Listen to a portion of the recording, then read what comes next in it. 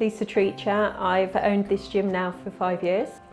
Basically, I set it up as a rehab gym because there was nothing else in the market that wanted to look and help absolutely everybody in every single way. So we wanted to be rehab specialists, we wanted to be personal trainers, we wanted a place where people could come and socialise and feel comfortable here. So we don't have music playing, we don't have TVs, we very much look after the members that we have and spend a lot of time with our members and our clients. The way my work has tended to go has been down the rehab route, even though I started off as a personal trainer. It just seems to have snowballed, especially with people that have had strokes over the years. One of my very first clients, he had a stroke and cardiac problems many years ago, and he's someone that I trained at a previous gym where I worked, and he went regularly to the Stroke Association groups that were on. And he basically was somebody that recommended me to other people, and my name got out there through word of mouth. So I had people coming to me that had been in wheelchairs and had been told that they'd never walk again or wouldn't be able to do various things. And it's my belief that if we've got that confidence and we've got that self-belief, we can do absolutely anything. So I've sort of gained a reputation, in a good way I hope, of being able to push people beyond what they think they can do and give them the confidence and the belief and give them the help and just more the confidence than anything else to try something and get their life back. My name's David, and I was at my cousin's party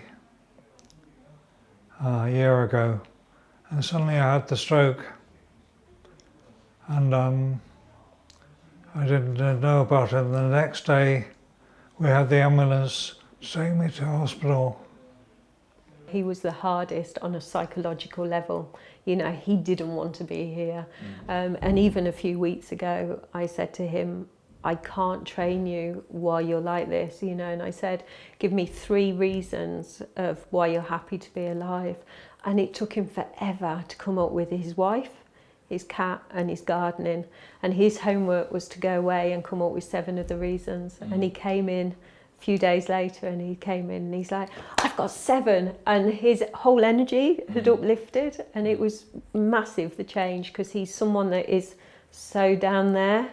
And I needed to bring him up to there to start believing that he could do these things. And he's just starting to change around now. And he's a great guy. I absolutely love him to bits. But yeah, he finds it very, very hard.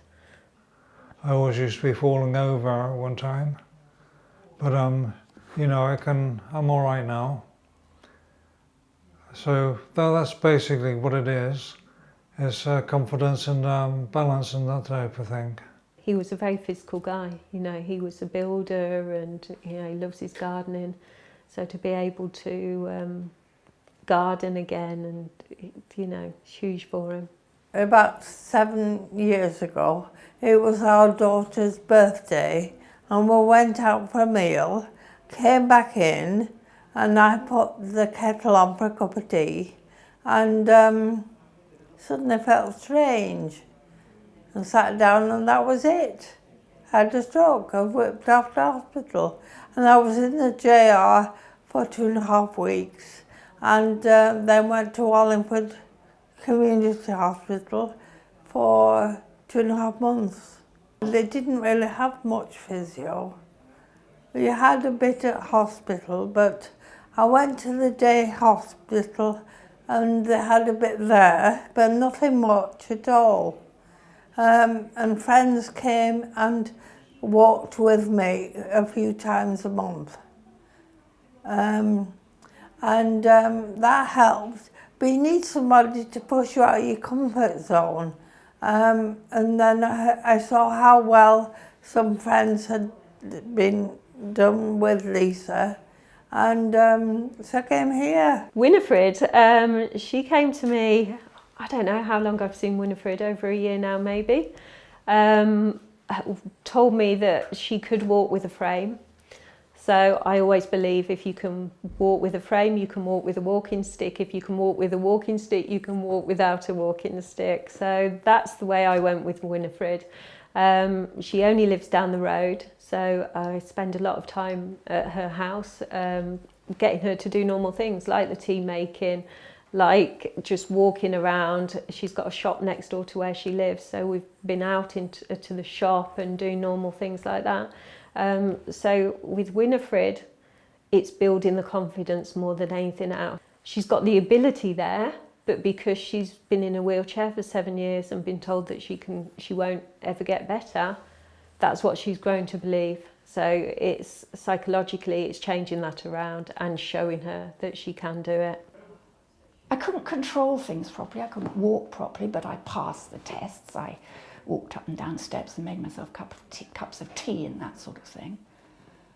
And I know everybody on the ward, they were in a much worse condition than I was. I mean, they were in bed, they couldn't move, they couldn't eat, all the rest of it.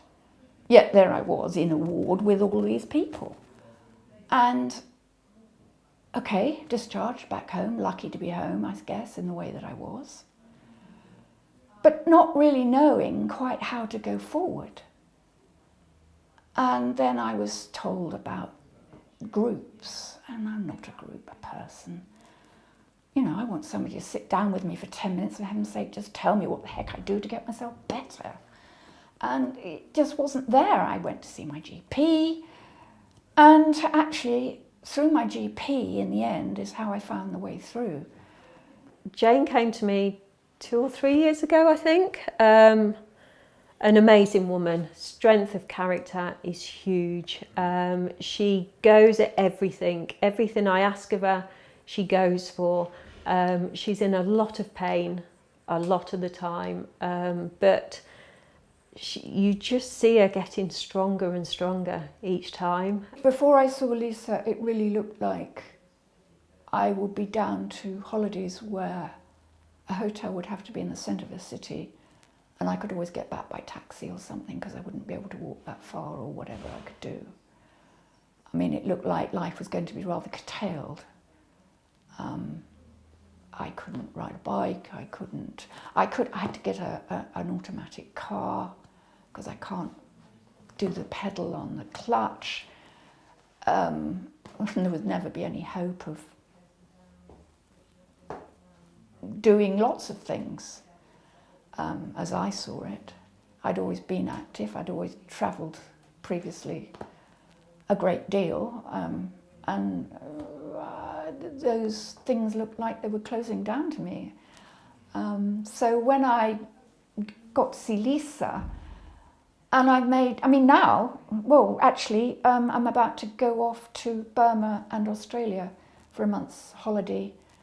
Hello, I've made it. She can do more gardening, she loves her allotment, she's doing more decorating at home, and half the time now I'm trying to rein her back to control the pain, but she's getting her life back and she's living it, and it's amazing to see, absolutely amazing. Such a fascinating, fantastic woman. I was going to the local gym in Wallingford, but I was just there as just a normal guy, gone through the door and doing exercise to try and keep myself fit because I wasn't very good at walking very far. And it was last New Year's Day when I was at a neighbour's New Year's Day little drinky party, and a guy came over and he said, you know, what is your problem? So I told him, and I knew of him. He's either a psychiatrist or a psychologist, this chap. And he said, I think I know just the person that can help you, who specialises in rehabilitation and mobility. So that's when I came to see Lisa in either late January or early February time. I love Gerard, what a great guy. He's been with me since about February. Came to me, said he'll never walk without his stick. So I took his stick off him and had him walking there and then without his stick. He then told me he'd never walk outside without his stick, so we changed that. Then he told me he'd love to play golf again, so we had him on the field hitting his golf balls. She said to me, what do you want to do at the end of all this? You know, what's your real objective? I said, to play golf again. So she said, no. So she got hold of my stick and she turned it upside down like that. And so she said, what do golfers do? So I tried to explain where you actually, up here and balance through, all the way through, balance both ways. Well, of course, there's no way I can do that. So I'm fiddling. So she nips in and gets a tennis ball, and I hit it a few yards. And then she said, well, bring a golf club next week and a few golf balls. And so we did that, and she took me in the corridor, first of all, and of course they were bouncing off the walls everywhere. And so then we went outside, and I was shooting them a few feet. And then I think the next occasion I was getting them a few yards. And I can hit them now about 20 yards, something like that. I don't try any more than that because I'm very conscious of balance. And she says that I am getting a little bit of movement that way and that way. And I don't notice that because I think I've got a putter in my hand and just standing perfectly still. But anyway, she said, I'll have you playing golf by Christmas. I said, no way. And that is an impossibility. But if I can just get back on the putting green or the practice area, then I'll be delighted. He knows a lot of it is psychological, and I think once you've got half that battle sorted in your head, he'll go far. I'll do a lot with him. My name is Simon Jenkins. I'm 55, and at 48 I was at work on a perfectly normal day. I had my breakfast, went to work, everything perfectly normal. Then at work I had this stroke, and instead of calling an ambulance, I tried to drive to the hospital. I rolled my car and fractured my skull twice.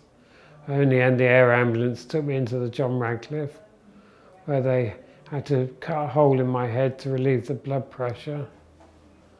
And then I had a hole in my head, and then they had to put a plate over that hole. Then I went through lots of physio and lots of work, and I came home. I've never been able to work again. Simon is an inspiration to me. He was one of the first to come to me. An amazing guy, absolutely amazing. Came to me in a wheelchair. Now he doesn't even use a stick. He can go up the stairs, proper flight of stairs, and he'll go up. Everything I ask him to do, he will do it. Right, a lot of people have been telling me how good Lisa was, and so in the end I thought, right, we'll try it. And I've never looked back since. I came in my wheelchair, and now I can walk without a stick. So she's done wonders for me. He will go away and he'll go through visualisation exercises that I've asked him to do, and he's amazing. Such a nice guy, and he has a belief in God, so he has his faith, and he has a huge belief in me, and he'll do anything for me, which can't go wrong with that. I love him to bits. Love all my clients to bits. They're just fantastic. They give me so much. She's increased my confidence and my well-being. My life without walking now would be awful. She's done wonders. Really helped me a lot. Give me confidence. That was the main thing. You just got to get in there. I mean, Lisa is asking me to do things and I just do it. I mean, yes, afterwards I'll feel it. Oh, God, heck, that muscle really got stretched this morning or yesterday, or whenever it was. But hey, if it's really bad, I just pop back and see her, if you know what I mean. She sorts me out. Giving confidence. She's very good. You can sort of have confidence in her. That's the main thing. That's the main thing, I think, with me. This girl is inspirational. You've probably realised that with listening to other people. But somehow or other, she just moves us forward to things that I say, can't do that. And but in actual fact, she gets you there. We've had people come to us who have never been in gyms before, and if they're too scared to be in the gym, we'll take them outside. And we'll get used to them being in an environment where they're comfortable, and then just slowly introduce the gym, because there's always other things that you can do away from here. And the business park, Howbery Business Park, is such a beautiful park, and it has a nice feel to it.